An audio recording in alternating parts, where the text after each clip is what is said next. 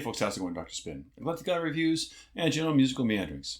I've been threatening for quite a while now to put a post up that talks about the process by which I cultivate my top 20 for the last couple of years. I don't know how other music critics do it. I mean, there's a lot of music out there, and for me personally, I've got to kind of spend some time and digest the music that I listen to really get a good feel for it. And of course, also a little more selfishly, this is a yearly document that I like to keep of all the music that I listen to because I'm an avid music consumer and one might say pathological listener. And I also really strongly believe that you can connect with music anytime in your life, not just in your teens and your 20s, but it gets harder. It gets more difficult as you get older. I need to listen to an album probably about 7 times before I can really feel connect enough with it to make some sort of judgment on it.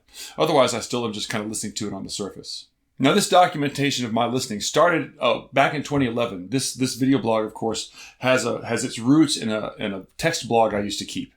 And back then, whenever I did my top 20s, I would just wait till the end of the year and kind of think back about all the great albums that I liked during the course of the year and made a top 20. And for a while, that was satisfying. But I started to notice that I really still emphasized the music that I was listening to at the end of the year, the new stuff, because it's very difficult to sometimes separate novelty from a music that's really great. Something that's kind of new and shiny can be really distracting. So starting in 2016, I started keeping a log. And anytime I listened to an album, I would log it. And so by the end of the year, I'd have a pretty decent count of how many times I listened to an album. And using that metric, I would go through and kind of like, well, the albums I listen to the most are probably the ones that I like the most. And so they should be the top contenders. And that gave me a pretty decent idea of things. But there was problems with that. Not the least of which being that albums that had more than one venue that were appropriate would get more listens. Like if I was listening to an ambient album, Seabuckthorn would have been an example, where I would listen to it at home in the evenings as kind of like going to bed nighttime music. But then I'd also listen to it in the car. It would sort of have twice the listenings that maybe a punk rock album that wouldn't be appropriate to play around the family just wouldn't get as many plays, whether it was a greater album or I liked it more or not. So towards the end of 2020, I put together some brackets. And my goal was to kind of go through and listen to everything throughout the course of the year using the log that I had. Put everything most listened to up against least listened to, and start doing these things called what I started calling eliminations. Now, keep in mind that these eliminations, or sometimes I call them showdowns, it's probably more positive to put it that way, are not meant to flatten music into likes and dislikes or good and bad. Very often, 90% of the time, these eliminations, you have albums that are by each other. I love both albums, but I have to show some sort of preference. This one's more consistent than the other one. This one adheres to the tenets of a style more than the other one. This one crosses boundaries in ways that is unprecedented that I really can't, put my finger on. Sooner or later, I'm taking the subjective act of listening and turning it to an objective set of data. And that's always going to cause problems. And my goal is never to say that this album is good or this album is bad. I really want to actually invite commentary, invite dialogue about this music so that maybe if I have a decision on something that makes sense to me, is almost offensive to somebody else, I'd like to know why. It's not meant to denigrate anybody's music. It's just to kind of push things forward until we find the things that really are the standout albums of the year. And doing these eliminations also forces the comparison in a way that makes me ask, okay, I like this better. Why do I like it better? And that question by itself always opens up a huge can of worms that deepens my appreciation for both musics. So in 2021, I got really meticulous with my bracket and I started doing it at the very beginning of the year. And so this set of brackets I used last year was pretty successful and felt pretty satisfying to get to the end. And I'm going to be using the same structure this year coming up. And what ended up happening was I made 7 tiers worth of listening. And there's different kinds of tiers. Some of the tiers are what I call reductive tiers, where you have 24 albums, you reduce it to 12. And then some of them are just kind of more linear tiers where you have 12 albums and you add another 12 new albums and, see which one goes best. But the whole process is just one of refining more and finding things that kind of stand out amongst the others. Now, tier 1 is a collection of 48 albums. And I listen to these 48 albums the first 6 weeks of the year. I don't do any eliminations or anything like that. I'm just listening to music and digesting it in various combinations with each other. The goal is to have every album in rotation for at least 3 weeks before going through an elimination. Most of the time, I can get 7 listenings in for that. But sometimes I can't, and it's just, especially for this first tier, it's a little bit tricky, but there's sort of a redundancy for that one because tier 1 albums don't actually get eliminated. You'll see in a second. So when we go through this whole tier 1, I take 48 albums and reduce them to 24. And those 24 form the basis for tier 2. Tier 2 is a linear tier. So here I'm going to take all the new music I listened to between February and March, and I'm just going to add it 6 albums at a time and do these sort of genre matches as best as I can get them. Like the first tier, I'm just doing it regardless of genres to see what floats.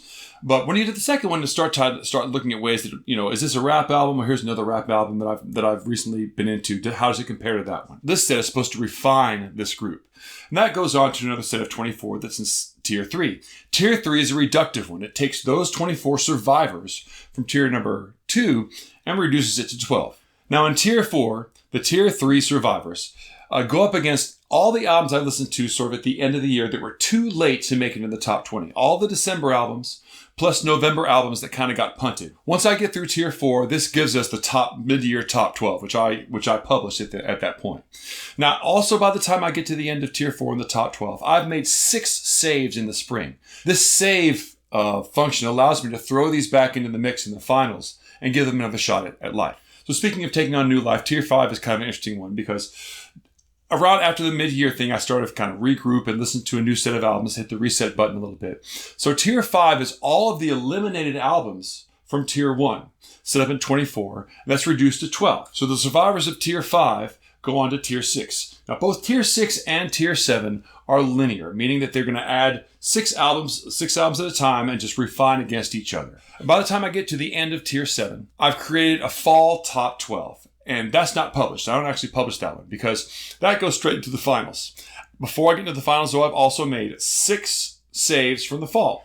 Now, what I do with the finals, I take the 12 albums from the spring, 12 albums from the fall, the 6 saves from the spring, the 6 saves from the fall, and all the November albums. November albums are special because November albums, if they don't go on to the top 20 at the end of the year, they get punted and they go back and play a role in the tier 4 that I mentioned before the following year. That makes the finals bracket a total of 42 albums. And I reduce it and I reduce it and I reduce it down to where I get, the top album, and then work backwards and build my top 20 from there. Since I've taken on this method, I have noticed that sometimes it's a little bit harder to maintain variety in my top 20, which I always prided myself on earlier, especially as I get further towards number 1, because my preferences start to show more and more. So I'm going to lean a little bit more towards pop and progressive rock music on the top end, and probably have things that are a little bit more eclectic towards the bottom end that I still love and that are great albums. But then the album of the year is always a thing that has to come up because by the time I've gotten to this point, most of these albums, as I've said more than once, have at one point in time I thought, could this be the album of the year? You get that top 5 especially. All those albums are one that probably could have at one point in time served as album of the year. But the album of the year has to kind of have something sort of special in the end. It's got to have some sort of distinctive quality that brings it out. But also, most importantly, it has to have resonance with the year that it comes from. Meaning that when I listen to the album, I have kind of memory episodes from over the course of the year of things that happened, emotional responses where I was, things that I was doing. And so the album not only is an outstanding album that has survived all this elimination process, but it's also one whenever I go back and listen to it will bring me back and remind me of what happened in the year that it came from. And of course, in the macro picture, if you look at my albums of the year, I do like to have some sort of variety in that whole sort of bullpen of albums. Because I don't think it's satisfying to have just a progressive rock album, year after year as my album of the year, because that doesn't really represent my whole range of listening. But that's basically how it all goes down. It's this big, complicated, convoluted thing that I've come up with, which the real goal is just to make sure that everything I listen to just gets a fair shake, so I can give it the best chance of possibly being my favorite new music. I find it very satisfying, and I think that usually by the end of the year, last couple of years, I felt pretty good about the list due to the investment. Anyway, I hope you find the video interesting. There's no music in this one, I'm sorry about that, but I've been thinking about it for a while, and I kind of want to share out some of my philosophy on it, and also the methodology that I go through to create the top 20. So I'm going to be starting on that starting next week. The top 20 for 2023 is going to start going down literally at the beginning of January. And I'm already kind of doing some preview listening for that now. So if you want to know when those things are going to happen, please like and subscribe, share the video out with your friends. Also, follow me over on Spotify. I've got all these lists up for everything. I've also just recently started a Patreon. So if you want to find ways to contribute to keeping the vlog going, please please check it out if you have the opportunity. And until you see you next time, I'll catch you on the flip side.